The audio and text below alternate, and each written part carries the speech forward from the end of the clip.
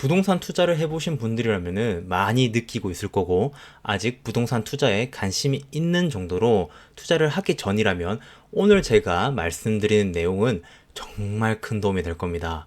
부동산을 구매하기 전 또는 부동산을 구매하고 난 뒤에 두 시점 중에 언제가 더 중요할까요? 어떤 분들은 구매하고 나서가 가격이 더 오를 수도 있고 이미 내 재산이 된 시점이니까 더 중요하다라고 말씀하실 수도 있는데, 아닙니다. 부동산을 구매하기 전의 상황이 훨씬 더 중요해요. 저는 경매 투자를 전문적으로 하고 있고 법원 경매를 갈 일이 매우 많이 있습니다. 경매를 진행을 하면 대부분 2시간에서 3시간 사이에 경매가 종료가 됩니다. 경매를 시작하기 전에 오늘 입찰하는 물건을 게시판에 딱 이렇게 붙여 놓는데, 분석을 했을 때 이거는 절대 투자하면 안 되는 위험한 물건이다, 저건 아무도 입찰하지 않겠지 하고 있는데, 가끔 누군가가 그런 물건을 입찰하는 경우가 있습니다. 이미 입찰을 한 상태라면 개철하기 전에 그 3시간 안에 그 사람의 운명이 정해진다고 볼 수도 있는 거죠. 그리고 개찰하고 나서 자신이 잘못된 물건에 투자했다는 걸 알아채더라도 이미 낙찰이 되었다면 웬만해서는 돌리기가 쉽지 않고, 그런데 그 이후에 잔금까지 납부하고 부동산의 소유가 바뀌었다, 그럼 이미 모든 건 끝났다고 보셔야 될 것 같아요. 경매뿐만 아니라 일반 매매 거래에서도 만약에 여러분들이 부동산을 구매하고 난 뒤에 그 부동산을 자세히 살펴봤더니 누수가 있다던가 또는 법적으로 문제가 있다던가 불법 건축물이었다던가 철거 대상이라던가 건물을 리모델링을 해서 다른 사업을 하려고 했는데 허가가 안 나온다고 하면 매도자한테 가서 야, 환불해줘 라고 하면은 할 수 있을 것 같으세요? 심지어 매도자가 고의적으로 해당 사항을 말하지 않고 매매했다고 하더라도 법적으로 처벌이 될 수는 있을지 모르겠지만, 매수자가 돈을 다 써버리거나 주지 않는다면은 정말 긴 법적 싸움과 시간이 소요가 될 겁니다. 최근에 제가 헬스 유튜버 중에 양치승님의 사건을 이번에 보게 되었는데, 보는 내내 마음이 좋지가 않더라고요. 어떤 사건인지 간단하게 요약드리면, 건물의 소유주인 줄 알았던 사람과 임대차 계약을 했는데 알고 보니 해당 땅은 사실상 강남구청의 소유의 땅이었고, 해당 땅을 임대해준 사람은 강남구청으로부터 20년 동안 사용 허가를 받은 사람이었지 실제 땅의 주인이 아니었던 거죠. 그래서 땅 주인인 강남구청과 20년 사용 허가를 받은 사람과의 기간이 만료되자 해당 땅에 헬스장을 운영하던 양치승님도 당연히 연장 사용을 하지 못하고 헬스장을 정리하고 나가야 되는 상황이었던 거죠. 이때 등기부 등본만 제대로 보았더라도 문제가 없었을 수도 있었지만, 이미 계약을 진행을 했고 해당 계약이 문제가 있다 하더라도 양치승님이 헬스장에 인테리어 비용으로 들인 돈과 시간은 보상받기가 매우 어렵다고 할 수 있습니다. 이런 사건 하나만 보더라도 얼마나 부동산 경매를 입찰하기 전 또는 매매 계약을 하기 전의 사항이 중요한지를 알 수가 있습니다. 자, 여기까지만 이야기해도 제가 오늘 무슨 이야기를 할지 기대감이 좀 생기실 거예요. 오늘은 부동산을 매수하기 전에 반드시 체크해야 할 사항 3가지에 대해서 말씀드릴 겁니다. 이 3가지는 부동산 분석을 제대로 했는지, 자본적으로 무리하지 않았는지, 세 번째, 세금 부분을 정확히 체크했는지, 이 3가지입니다. 어쩌면 누군가에게는 정말 뻔한 이야기네 라고 생각하실 수도 있을 것 같아요. 분석 잘해봐, 무리하지 마, 세금 문제 없어? 이렇게만 받아들이면 말이죠. 그런데 당연하게 여기는 이 3가지를 왜 다들 못해서 사기를 당하고 피해를 보고 고점 매수를 할까요? 3가지에 대해서 본능적으로는 알고 있지만 어떻게 실제 부동산에 적용하는 줄 모르기 때문이라고 저는 생각합니다. 이 3가지에 대해서 하나하나 설명을 드려볼게요. 첫 번째, 부동산 분석을 제대로 했는가? 이 부분을 한번 알아보도록 하겠습니다. 만약 아무것도 모르는 부동산 초보분한테 제가 어떤 아파트에 대해서 분석을 한번 해보시겠어요? 라고 한다면 어떻게 할까요? 대부분 공인중개사분들에게 물어보거나 또는 이 아파트를 보고 자신의 느낀 점을 얘기를 하실 거예요. 그러나 제대로 된 분석을 하기 위해서는 이런 분석이 아니라 어떤 분석을 해야 되는지 여러분들한테 알려드리겠습니다. 이 분석을 제대로 하기 위해서는 두 가지 분석을 하셔야 돼요. 첫 번째는 권리적 분석이고요. 두 번째는 시세적 분석입니다. 권리적 분석이란 게 뭔가요? 라고 물어본다면은 앞으로 내가 구매할 집 또는 내가 전세나 월세로 세대로 살 집에 권리적, 그러니까 법적으로 내가 세를 살거나 매수해서 가지게 되었을 때 문제가 될 만한 소지가 있는가를 살펴보는 걸 말하는 거죠. 이 권리적 분석을 하기 위한 방법으로는 등기부 등본, 건축물 대장, 토지 이용 계획, 이 세 가지를 잘 살펴보셔야 돼요. 첫 번째, 등기부 등본의 경우에는 집이 만들어지고 나서부터의 집과 관련된 모든 내용이 기재가 되어 있고요.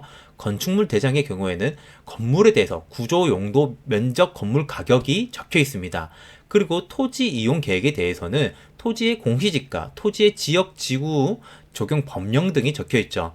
만약 내가 아파트에 거주를 하거나 세를 들어갈 거다 라고 하시면 사실 등기부 등본만 제대로 볼 수 있으면 대체적으로 위험한 사항은 모두 피할 수 있고요. 내가 다세대, 다가구, 단독주택에 세를 살거나 매매를 한다. 그러면 등기부 등본과 건축물 대장 이 두 개를 볼 수 있어야 됩니다.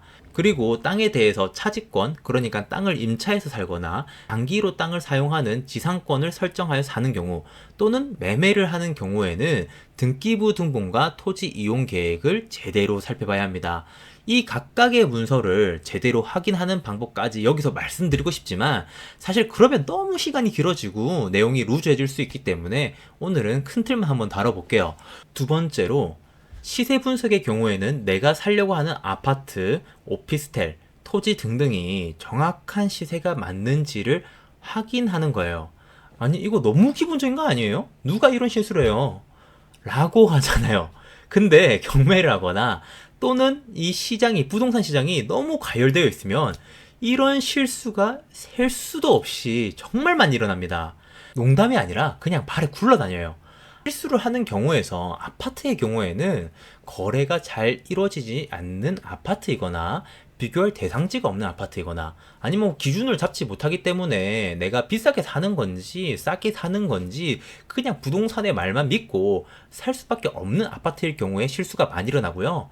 시장이 과열되어서 가격이 계속 올라가고 있을 때에는 그야말로 부르는 게 가격, 오늘 가격 다르고 내일 가격 다르기 때문에 어느 가격을 기준으로 잡아야 되는지 또 이거를 매수하고 언제 팔아야 수익이 나는지도 생각을 해보고 매매나 전세나 월세를 사셔야 됩니다. 그럼 일반적인 상황에서 분석은 어떻게 해야 하나요? 라고 물어본다면 아파트의 시세 분석은 크게 할 게 없어요. 네이버 부동산에 실거래가 조회만 하더라도 매매된 금액들이 쭉 나와 있으니까 금방 확인이 가능하거든요. 그런데도 가끔 비싸게 사시는 분들의 케이스가 있긴 한데 이런 경우는 한 동짜리 구축 아파트의 시세를 보니 1년 전에는 2억에 팔리고 2년 전에는 1억 7천에 팔려서 그동안 3천만 원이 올랐구나라고 잘못 판단하는 경우가 있을 수도 있죠. 이렇게 가격이 올라서 팔린 경우에는 그게 인테리어 비용까지 포함되어서 판매된 건지 체크를 해야 합니다. 여기까지도 그렇게 크게 어렵진 않아요. 그러나 다세대, 다가구, 오피스텔의 경우에는 거래 자체가 워낙 적고 같은 평수의 매물이 매우 적기 때문에 정확한 가격을 판단하기가 어렵습니다. 이런 경우에는 주변에 비슷한 매물들을 싹 다 찾아서 분석을 해야 합니다. 주변에 비슷한 연식, 비슷한 평수, 같은 지역의 매물을 찾아서 평균 가격을 내보는 거죠. 이 정도까지만 해도 큰 피해를 보지 않을 수 있고요. 물론 이렇게 하더라도 빌라 같은 경우에는 전세 사기를 치겠다고 마음을 먹고 작정하고 공사업자, 부동산, 그다음에 임대인이 짜고 치면 굉장히 파악하기 힘들긴 합니다. 그러나 이런 경우도 몇 가지 방법을 알면 충분히 예방이 가능하고 이 방법은 따로 영상을 한번 다뤄보도록 하겠습니다. 자, 여기까지 권리적 또는 시세 분석에 대해서 얘기를 했는데 여기까지만 하더라도 웬만한 사기들은 거를 수가 있습니다. 위에 말씀드린 양치승님의 사건도 등기부 등본상에 소유자만 제대로 확인했다면 방지했을 수 있는 사건이었으니까요. 그리고 대부분의 전세 사기의 경우에도 시세 분석을 할 수 있었다면 모든 사기는 아니겠지만 일부의 사기는 미리 방지할 수 있지 않았을까 생각이 됩니다. 두 번째는 자본적으로 무리하지 않기입니다. 사실 이게 제일 힘들어요. 첫 번째, 세 번째는 정답이라는 게 있거든요. 왜냐면 문서로 확인을 한다거나 나의 상황에 대입을 해보면 어느 정도 어떻게 해야겠다라는 답이 생기는데, 자본적으로 무리하지 않기라는 거는 내 상황과 가치관에 따라서 무리한다라는 기준이 워낙 달라지기 때문에 무리한다라는 기준 자체가 잡기가 애매하다는 거죠. 대부분 자본적으로 무리하는 경우가 어떤 경우가 많냐면, 금리가 저렴하다고 해서 대출을 끼고 매매를 했다가 금리가 오르는 경우에 해당 금리의 상승에 대해서 대처를 못한다거나, 또는 갭 투자로 아파트를 매수했다가 전세가가 떨어지고 역전세가 나고 새로운 임차인을 구하지 못해서 돌려줄 돈이 없다던가, 본인의 수입으로 컨트롤할 수 없는 큰 금액의 부동산을 구입한 뒤에 해당 사항을 핸들링 할 수 있는 자금이 없는 등의 상황이 있습니다. 이런 상황의 경우 하나의 도미노가 이렇게 쓰러지면은 정말 전체적으로 모든 도미노가 다 무너지기 때문에 계획을 잘 세워서 접근하셔야 됩니다. 간단한 예를 들어보죠. 이번에 영끌 B2라고 해서 많은 젊은 친구들이 무리해서 갭 투자를 한다거나 무리해서 아파트를 매수하는 등의 일이 몇 년 전까지만 해도 많이 있었어요. 그런데 그런 친구들, 지금까지 버틴 친구들이 많이 없어요. 대부분 개인 회생 절차로 넘어가거나 파산을 한 친구들이 정말 많이 있죠. 왜 이렇게 무리를 했냐고 물어보면 대부분 나는 더 오를 줄 알았다고 얘기를 하죠. 사실 막차 탑승하려고 이게 올라탔는데 이게 위로 올라가는 엘리베이터가 아니라 사실은 지하실로 내려가는 엘리베이터였던 거죠. 이런 친구들의 특징은 자금적으로 무리를 해서 매매를 하다 보니까 금리가 조금만 올라가더라도 해당 금리를 감당할 만한 자금이 없어서 바로 문제가 되어버리는 거죠.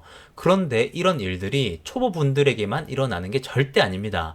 정말 부동산으로 유명하신 분들도 이런 부분들을 크게 고려하지 않고 부동산을 매수하다 보니까 문제가 생긴 경우가 많이 있습니다.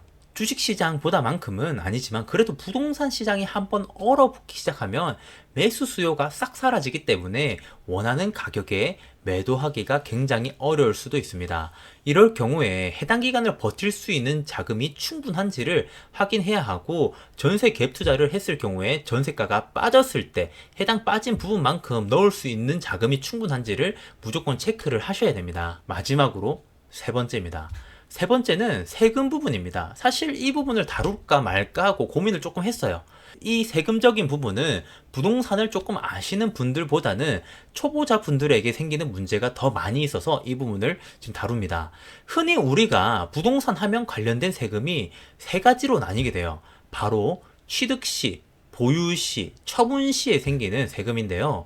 이 세금을 조금 더 나눠보자면, 취득시에는 국세로는 인지세, 상속세, 증여세가 발생하고요. 지방세로는 취득세, 농어촌 특별세가 발생하죠.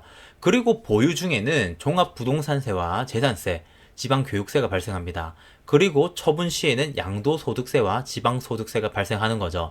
이런 세금도 처음에는 별 볼 일 없다가 갑자기 2주택에서 1주택을 더 취득을 받았는데 세금이 엄청나게 커지는 경우도 있기 때문에 이런 부분을 정확하게 짚고 넘어가지 않으면 그야말로 세금으로 본 돈을 모두 개워내야 되는 상황이 생길 수도 있습니다.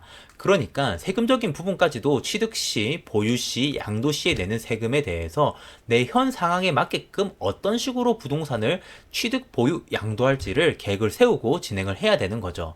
지금까지 부동산을 하면서 매수, 계약 전에 반드시 고려돼야 할 사항 세 가지에 대해서 한번 알아봤습니다.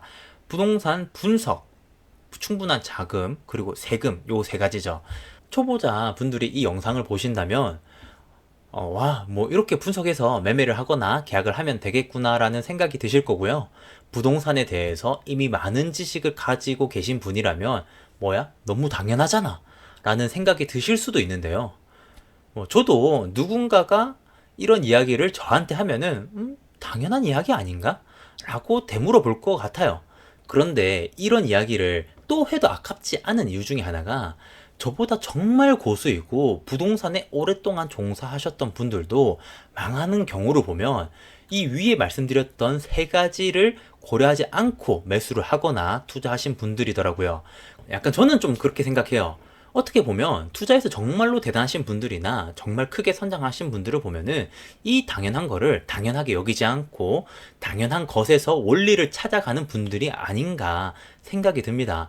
오늘 말씀드린 부동산 매매 전에 꼭 고려해야 되는 세 가지 이외에도 부동산을 조금 더 저렴하게 구입하는 방법, 또는 부동산을 남들보다 빠르게 파는 방법, 각 지역의 재개발, 재건축 또는 돈 되는 경매 물건을 고르는 방법 등 지속적으로 이러한 정보들을 올릴 예정이고 올리고 있으니 저희 채널을 구독해 주신다면 더욱 빠르게 정보를 받아보실 수 있을 겁니다. 그리고 만약 부동산에 대해서 궁금한 사항이 있으시다면 운영 중인 카카오톡 단톡방에 오셔서 물어보시면 제가 답변해 드리도록 하겠습니다. 지금까지 시청해 주셔서 감사드립니다. 오늘도 좋은 하루 되세요.